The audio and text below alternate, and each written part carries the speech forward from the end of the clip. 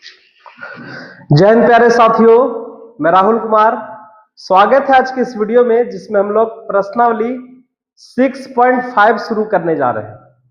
प्यारे बच्चों, आज के क्लास में हम लोग एक बेहद ही इंपॉर्टेंट थ्योरम, एक बहुत ही जबरदस्त प्रमेय है ना, VVI प्रमेय को सत्यापित करने जा रहे हैं, प्रूफ करने जा रहे हैं।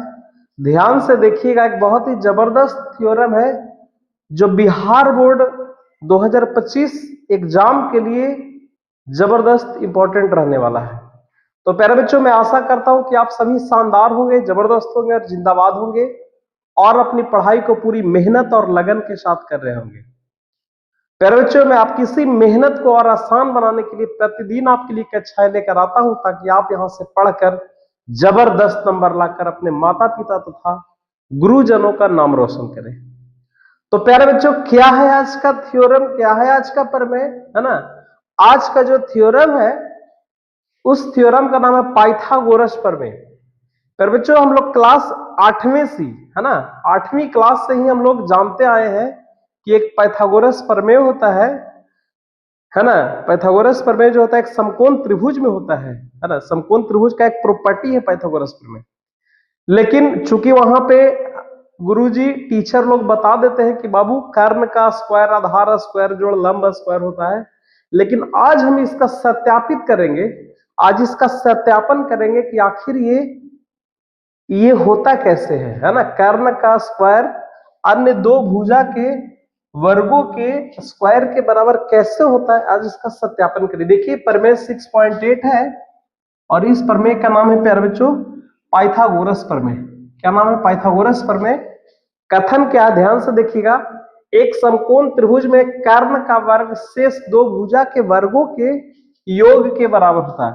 पर बच्चों, ये VVI थ्योरम है, सबसे ज्यादा ये इंपॉर्टेंट थ्योरम है 2025 एग्जाम के लिए। कई एक दफा बिहार बोर्ड में ये प्रमेय 5 नंबर में पूछ चुका है ना, और आगे भी संभावना है। तो थोड़ा ध्यान से देखिएगा, अच्छे से देखिएगा, समझिएगा। और प्यारे बच्चों, किसी प्रकार का यदि दिक्कत होगा तो जरूर कमेंट करिएगा। यदि आप इस चैनल पर नए हैं तो प्यारे बच्चों चैनल को लाइक करिए, सब्सक्राइब करिए और शेयर करिए, ठीक है। और ओवरऑल हम शुरू करने जा रहे हैं। कहते हैं एक समकोण त्रिभुज, सबसे पहले ये बोल रखा है कि ये त्रिभुज किस में होता है? समकोण त्रिभुज में, है ना।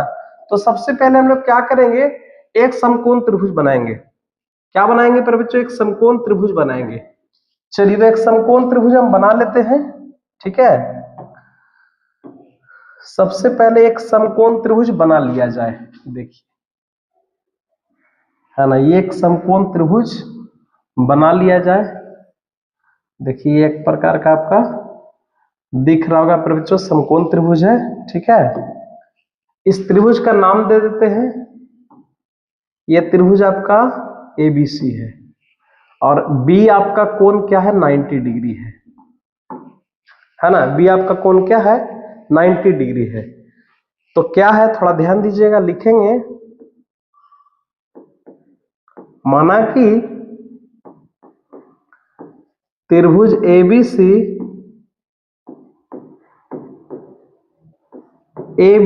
एक कैसा त्रिभुज है प्यारे बच्चों? समकोण त्रिभुज है ना। समकोण त्रिभुज है। अब जब समकोण त्रिभुज है तो जाहिर सी बात है कि एक कोण जो होगा वो कितना डिग्री होगा? 90 डिग्री होगा, है ना। जिसमें हम लोग लिख लेते हैं कि एंगल B जो है वो कितना डिग्री है? 90 डिग्री है। प्रूफ क्या करना है? कर्ण का वर्ग, आपको ध्यान में रखना पड़ेगा कि 90 डिग्री के सामने वाली भुजा को हम लोग कर्ण कहते हैं, ठीक है। क्या कहते हैं? कर्ण कहते हैं। तो यहाँ पे कर्ण जो हो जाएगा AC हो जाएगा, है ना। तो सीधे क्या करना है, ध्यान दीजिएगा, इसको यहां पे लिखते हैं, सिद्ध करना है। क्या सिद्ध करना है प्यारे बच्चों?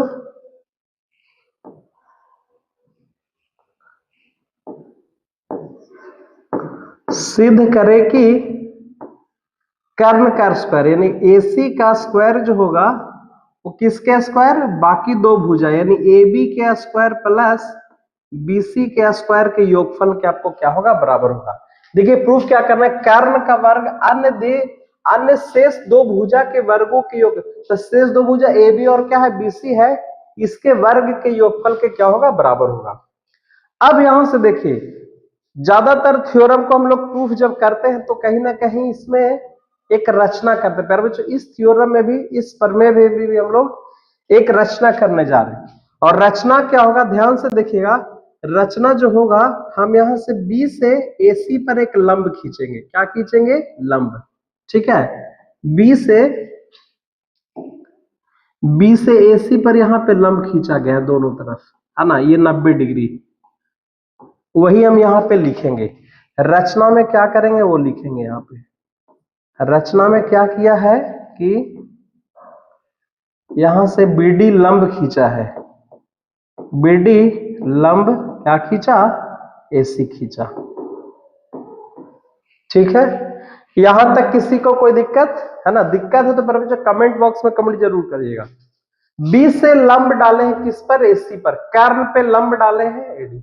अब यहां से देखिए क्या करना है, यहां से आपको एक काम करना। काम क्या करना है कि एक बार ये छोटा त्रिभुज, कौन सा त्रिभुज? त्रिभुज ए बी डी या ए डी बी, और एक बार बड़े त्रिभुज ए बी सी को हम लोग समरूप करेंगे। देखिए प्रोसेस क्या है, इस थ्योरम को प्रूफ करने का प्रोसेस आप लोग समझ जाएंगे, बिल्कुल एकदम आसान लगने लगेगा।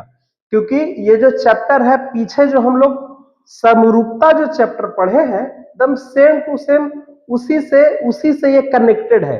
समरूपता हम लोग पढ़े ही हैं कि दो त्रिभुज समरूप किन किन आधारों पर होगा, तो इसमें भी वही काम कर, बस खाली पैटर्न को समझना है कि कौन कौन त्रिभुज को लेकर चलना।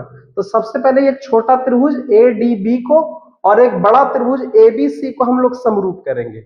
फिर दूसरे पैटर्न में क्या करेंगे, दूसरे में क्या करेंगे कि फिर से ये छोटा त्रिभुज को लेकर चलेंगे और पुनः बड़ा वाला त्रिभुज को क्या करेंगे? समरूप करेंगे, और वहां से कुछ ना कुछ हमको कंक्लूजन निकलेगा।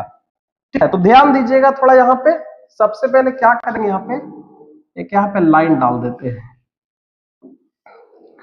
ठीक है, सबसे पहले हम लोग चलते हैं इस त्रिभुज किसमें, है ना,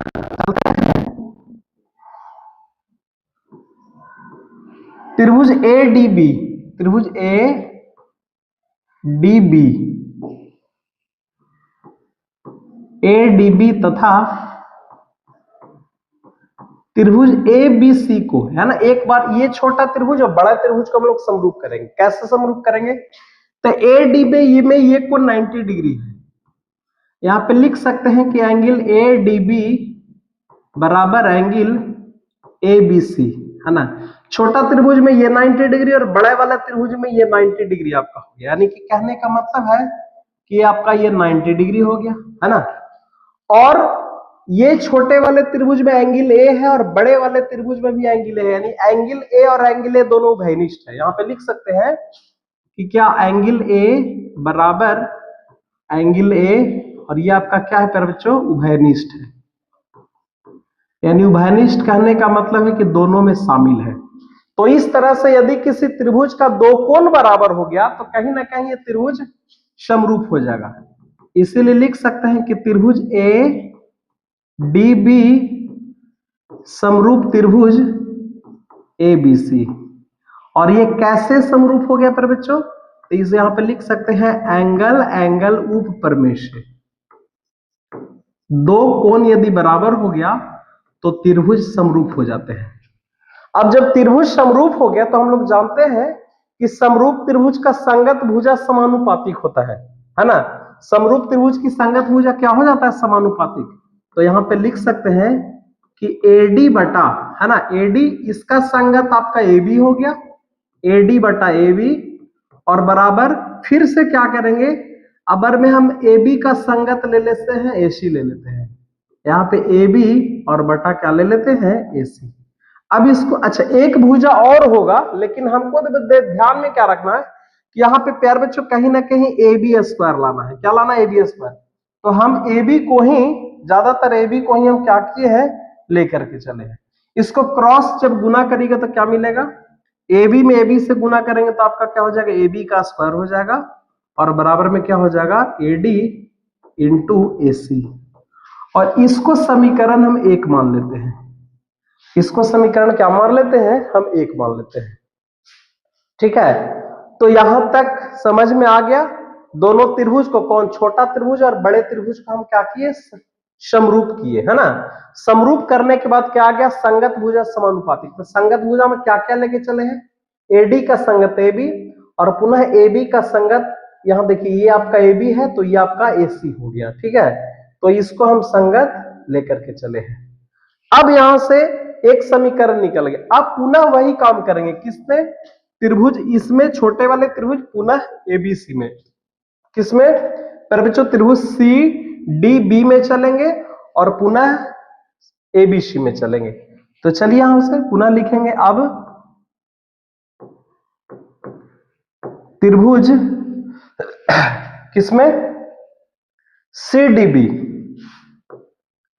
सी डी बी तथा त्रिभुज सीबीए में चलिए, या त्रिभुज एबीसी पहले लिख सकते हैं, कोई दिक्कत नहीं। यहां पे हम अब सुविधा के लिए काम कर सकते हैं, एबीसी ही लिख सकते हैं, ठीक है। देखिए इसको त्रिभुज का नाम फिर से हम अच्छे से लिख देते हैं।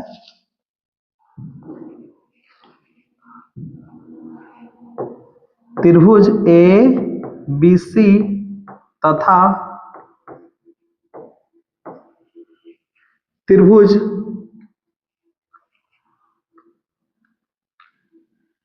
बीडीसी, बीडीसी में, है ना। इस त्रिभुज को हम लोग क्या करेंगे, सत्यापित करेंगे, समरूप प्रूफ करेंगे। तो इस कोण का ये 90 डिग्री, एंगल बी डी, है ना, एंगल बीडीसी यहां से हो गया आपका बीडीसी, इस त्रिभुज में ये 90 डिग्री और बड़ा वाला त्रिभुज में ये 90 degree, angle A B C बराबर आपका क्या हो गया, 90 डिग्री हो गया, है ना। और दोनों ही त्रिभुज में एंगल सी उभयनिष्ठ है ना। लिख सकते हैं कि एंगल सी बराबर एंगल सी, और यहां से ये भी आपका क्या हो गया, उभयनिष्ठ हो गया। तो जब पुनः लिख सकते हैं, इसीलिए त्रिभुज ए बी सी समरूप त्रिभुज बी डी सी। कैसे प्यारे बच्चों, तो यहां पे भी लिखा जाएगा एंगल, एंगल उपपरमेय से, एंगल, एंगल उपपरमेय से पुनः ये त्रिभुज आपका क्या हो गया, समरूप हो गया, ठीक है। अब जब त्रिभुज समरूप हो गया तो समरूप त्रिभुज का संगत भुजा क्या होता है, समानुपातिक होता है ना। अब यहां से देखिए, इसमें हम AB का स्क्वायर लाने की कोशिश किए थे, अगर मैं BC का स्क्वायर लाने की कोशिश करें तो किस किस भुजा को हम लेकर के चलेंगे तो BC मिलेगा। तो सबसे पहले BC एक यहां पे है और एक यहां पे है ना। तो सबसे पहले लिखेंगे, इसीलिए इसको पहले लिख लेते हैं AC बटा BC, है ना, AC बटा BC, और फिर से यहां क्या है आपका BC बटा आपका DC है, और पुनः इसको क्रॉस गुना जब करेंगे तो क्या मिलेगा, BC में BC से गुना करेंगे तो क्या हो जाएगा, BC का स्क्वायर, और यहाँ पे आपको मिलेगा AC गुने BC, और ये आपका समीकरण क्या हो गया, और ये आपका समीकरण आपका 2 हो गया, ठीक है। अब थोड़ा सा यहाँ पे आपको समझना है ना, क्या समझना है कि एक बार AB का स्क्वायर लाएं और एक बार BC का स्क्वायर। BC का स्क्वायर कैसे आया, BC का स्क्वायर आपका कैसे आया कि BC जहां था उसी भुजा को संगत करके हम उसको रखें। अब ये दोनों समीकरण को प्यारे बच्चों, समीकरण 1 आ गया, समीकरण 2 आ गया, दोनों समीकरण को हम जोड़ देते हैं। क्या करते हैं, LHS को LHS की तरफ जोड़ेंगे और RHS को RHS की तरफ जोड़ेंगे। तो यहां से लिखेंगे समीकरण 1 + 2 से, देखिए 1 और 2 को जोड़ेंगे तो क्या होगा, LHS की तरफ में इधर में आपका AB स्क्वायर है और इधर में आपका क्या है, इसमें आपका BC स्क्वायर है, और RHS में आपका क्या है, RHS में आपका है AD गुने AC, और इधर में जोड़ेंगे तो ये आपका क्या है, ये आपका पुनः AC गुने क्या है, DC है, ठीक है। देखते जाइएगा क्या मिला आपको, AB का स्क्वायर प्लस BC का स्क्वायर बराबर, इसमें से क्या कॉमन हो सकता है, दोनों में AC है ना। देखिए AC यहाँ पे भी है और AC यहाँ पे भी है, तो एक काम करिए, AC को कॉमन कर लीजिए, और AC जब कॉमन करेंगे तो यहाँ पे AD बचेगा और यहाँ पे आपको क्या बचेगा, DC बचेगा। ठीक है, फिर क्या हो गया, AB का स्क्वायर प्लस BC का स्क्वायर, है ना, AB का स्क्वायर प्लस BC का स्क्वायर, और AC तो अपना यहाँ पे है ही है। और आप देखिए AD और DC को जोड़ेंगे तो क्या हो जाएगा, AD और DC को जोड़ेंगे तो पुनः हमको क्या मिलेगा, AC मिलेगा, है ना। AD और DC को जोड़ेंगे तो पुनः क्या मिलेगा, यहाँ पे AD प्लस DC है तो पुनः यहाँ पे हम लिख सकते हैं AC। और इस तरह से देखिएगा तो मिला आपको क्या, AB square plus BC square बराबर, AC में AC से गुना करेंगे तो क्या हो जाएगा, AC का स्क्वायर होगा। और प्यारे बच्चों यही प्रूफ करना था, देखिए, है ना, इसलिए लिखा जा सकता है यहाँ पे कि AC स्क्वायर बराबर AB square plus BC square. और यही आपको क्या करना था, प्रमाणित करना था, यही क्या करना था, प्रमाणित करना था। कि ये क्या एकदम सिंपल सा मेथड है, एक समकोण त्रिभुज था, सिद्ध करना था कर्ण का स्क्वायर आधार स्क्वायर जोड़, है ना, कर्ण का जो स्क्वायर है अन्य दो छोटा भुजा का स्क्वायर के योगफल के क्या होगा, बराबर होगा। ये पाइथागोरस प्रमेय था। हमने क्या किया कि पहले इस त्रिभुज को, छोटा त्रिभुज ABD या ADB और एक बार ABC त्रिभुज को समरूप किए, है ना, समरूप करने के बाद संगत भुजा को समानुपातिक किए, और समानुपातिक में हम ये ध्यान में रखे हैं, ठीक है, समानुपातिक करने में ये ध्यान में रखे हैं, ठीक है, समानुपाती करने में ये ध्यान में रखे हैं कि हमको AB स्क्वायर कैसे आएगा। तो AB स्क्वायर लाने के लिए हमको AB को ही रखना पड़ा, AB में AB से गुना कर दिए। उसी तरह से एक समीकरण वहां पे आया, दोनों समीकरण को जोड़ दिया, और जोड़ने के बाद हमारा ये ओवरऑल पाइथागोरस प्रमेय क्या हो गया, आपका प्रमाणित हो गया, है ना। तो प्यारे बच्चों चाहते हैं कि ये थ्योरम आपके दिमागों में जहनो जहन में आ जाए, तो इसके लिए आपको कम से कम इसको 5 बार आपको लिखना पड़ेगा, है ना, 5 बार समझ समझ के लिखिए, ठीक है, उसको 6ठा बार ऑटोमेटिक आप करने आ जाएगा। तो कम से कम इसको 5 बार आपको लिखना पड़ेगा। तो एक बार अच्छे से इसको देख लीजिए, किसी प्रकार का कोई दिक्कत है प्यारे बच्चों तो एक बार कमेंट जरूर करिए, ठीक है, आपको हर एक कमेंट का सोल्यूशन यहाँ से किया जाएगा, एक बार देख लीजिए, उसके बाद फिर हम इसके आगे बढ़ते हैं। फिर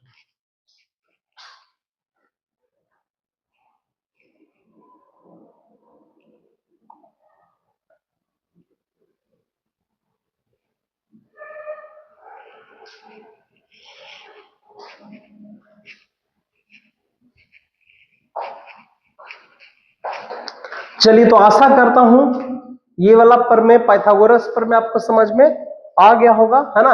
और इसी का एक जस्ट विलोम है, पाइथागोरस प्रमेय का क्या है, विलोम है, उसको भी हम लोग आज प्रूफ करेंगे।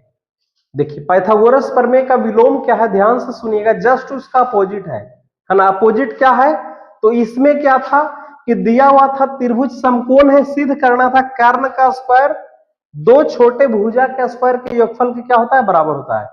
लेकिन इसका विलोम का मतलब जस्ट उल्टा हो गया। विलोम में क्या दिया हुआ है कि विलोम में आपको ये दे रखा है कि जो कर्ण का स्क्वायर एक भुजा का वर्ग दो छोटे भुजा के स्क्वायर के योगफल के बराबर है, तो सिद्ध करना कि पहली भुजा के सामने का कोण क्या होगा, सामने का कोण जो होगा वो समकोण होगा। कहने का मतलब है, आप ऐसे समझिए, है ना, एक यहां से त्रिभुज दिया हुआ है इस तरह से, ठीक है, इसमें आपको दे रखा है क्या कि ABC एक त्रिभुज है ना। इसमें ये नहीं कह रहा है कि त्रिभुज समकोण है, बल्कि सिद्ध करना है कि B जो होगा आपका क्या होगा, 90 डिग्री होगा। ये आपको प्रूफ करना है, ये इसमें दिया हुआ नहीं है, ठीक है, इसीलिए इसको हम नहीं लिखेंगे। क्या दिया हुआ है, दिया है त्रिभुज ABC में, त्रिभुज ABC में क्या दिया हुआ है कि इसका बड़ा एक भुजा का स्क्वायर AC का स्क्वायर बराबर AB स्क्वायर प्लस में BC स्क्वायर, ये क्वेश्चन में दे रखा है। ध्यान दीजिएगा, इसमें आपका दे रखा है कि AC स्क्वायर बराबर AB स्क्वायर प्लस BC का स्क्वायर दे रखा है, ठीक है। तो सिद्ध करना है कि बड़ी भुजा के सामने का कोण समकोण होगा, यानी बड़ी भुजा आपका AC है ना। सिद्ध क्या करना, ध्यान दीजिएगा, सिद्ध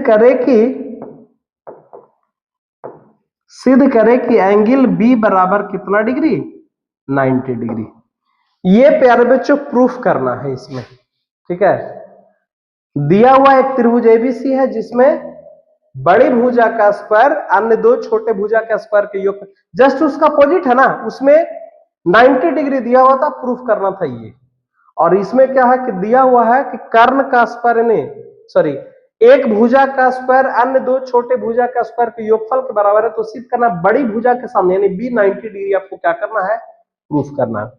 तो जिस तरह से उसमें हम लोग रचना किए थे, सेम इसमें भी एक प्रकार का रचना करना पड़ेगा। और रचना क्या करना पड़ेगा, थोड़ा ध्यान से देखिएगा। यहां पे जो रचना करना है प्यारे बच्चों, ठीक है, आपको यहाँ पे रचना लिखना पड़ेगा। इसमें रचना लिखे थे, हाँ लिख दिए थे रचना। चलिए यहां पे रचना क्या करना है कि एक समकोण त्रिभुज, ठीक है, रचना करने के लिए जगह भी तो होना चाहिए ना। अच्छा, रचना करने के लिए जगह भी होना चाहिए। तो एक काम करते हैं, पहले हम लोग यहाँ पे, अच्छा रचना को हम यहीं पे लिख लेते हैं। क्या है रचना, एक समकोण त्रिभुज,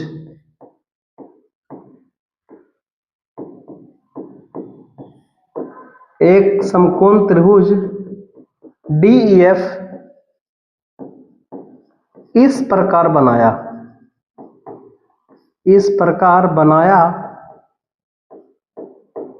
कि, तो सबसे पहले रचना में क्या करना है पर बच्चों, एक समकोण त्रिभुज बनाना है, ठीक है। आइए इसको भी हम बना लेते हैं यहीं से।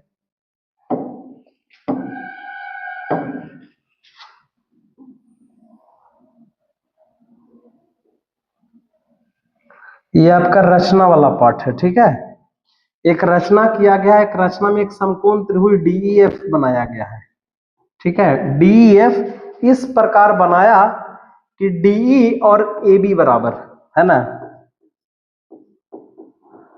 DE बराबर AB एवं एक तो D बराबर AB और एक आपका BC बराबर EF, BC बराबर EF रचना किया गया। और ये जो त्रिभुज है वो आपका समकोण त्रिभुज है ना।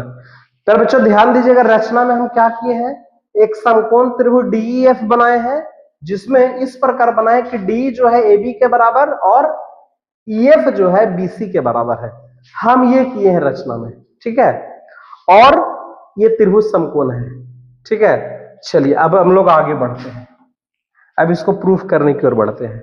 तो सबसे पहले हम यहीं से चलते हैं और इसको समीकरण आप 1 मान लीजिए, ये जो दिया हुआ है ना उसको समीकरण 1 मान लीजिए, ठीक है। अब चलते हैं, अब नहीं इसको परमान लिखते हैं, अब बनाना शुरू कर रहे हैं। तो जब भी थ्योरम को या कोई भी ज्योमेट्री के क्वेश्चन को जब बनाना शुरू करते हैं तो या तो परमान लिखा जाता है या फिर उपपत्ति लिख सकते हैं, है ना। अब चूंकि ये समकोण त्रिभुज ये रचना वाला पार्ट है, ये कौन सा पार्ट है, रचना वाला पार्ट है, तो इसी को लेकर के चलते हैं, है ना। क्या है, समकोण त्रिभुज DEF में, तो चूंकि ये समकोण त्रिभुज है और अभी हम लोग तुरंत सीखे हैं कि समकोण त्रिभुज में पाइथागोरस प्रमेय होता है ना। समकोण त्रिभुज DEF में लिख सकते हैं पाइथागोरस प्रमेय से। अभी तुरंत प्रूफ किए हैं कि पाइथागोरस प्रमेय क्या होता है कि 90 डिग्री के सामने वाला भुजा को कर्ण कहते हैं, और कर्ण का जो स्क्वायर होता है यानी DF का जो स्क्वायर होगा, ठीक है, कर्ण का जो स्क्वायर होगा पर बच्चों, कर्ण आपका DF है, DF का जो स्क्वायर होगा वो किसके बराबर हो जाएगा, DE स्क्वायर, है ना, और प्लस EF स्क्वायर के बराबर हो जाएगा, EF स्क्वायर के बराबर आपका हो जाएगा। और इसको समीकरण हम क्या मान लेते हैं, इसको नहीं, इसको बस अभी रहने दीजिए, ठीक है। एक लाइन और इसको आगे बढ़ाते हैं, DF स्क्वायर। देखिए तो D किसके बराबर है, AB के बराबर है, तो यहाँ पे D की जगह पे आराम से AB लिख सकते हैं, AB का स्क्वायर। और EF किसके बराबर है, यहाँ से रचना में BC के बराबर है, तो यहां से लिख सकते हैं BC का स्क्वायर। ये समीकरण आपका क्या हो गया, 2 हो गया। अब पहला और दूसरा है ना, समीकरण 1 और समीकरण 2 को कंपेयर करिएगा। आप यहां पे लिख सकते हैं समीकरण 1 क्या है उसको भी लिख लीजिए। समीकरण 1 से, समीकरण 1 है AC का स्क्वायर बराबर AB का स्क्वायर प्लस BC का स्क्वायर। ये समीकरण आपका 1 दिया हुआ था। तो ये दोनों को जब कंपेयर करिएगा तो दोनों का देखिएगा तो RHS दोनों का आपस में क्या है, बराबर है। यहां से लिख सकते हैं क्या, समीकरण 1 तथा 2 से, समीकरण 1 तथा 2 से क्या हो जाएगा, ये दोनों बराबर है एक साइड, तो ये साइड ऑटोमेटिक बराबर हो जाएगा।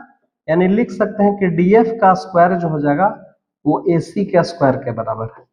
अब जब स्क्वायर बराबर है तो स्क्वायर तो कट सकता है ना, क्योंकि बराबर है तो कटेगा। तो यहां से लिख सकते हैं कि DF बराबर हो गया किसके, AC के। और DF बराबर यानी कहने का मतलब है कि AC बराबर हो गया DF के, DF AC बराबर AC DF के बराबर हो गया, है ना।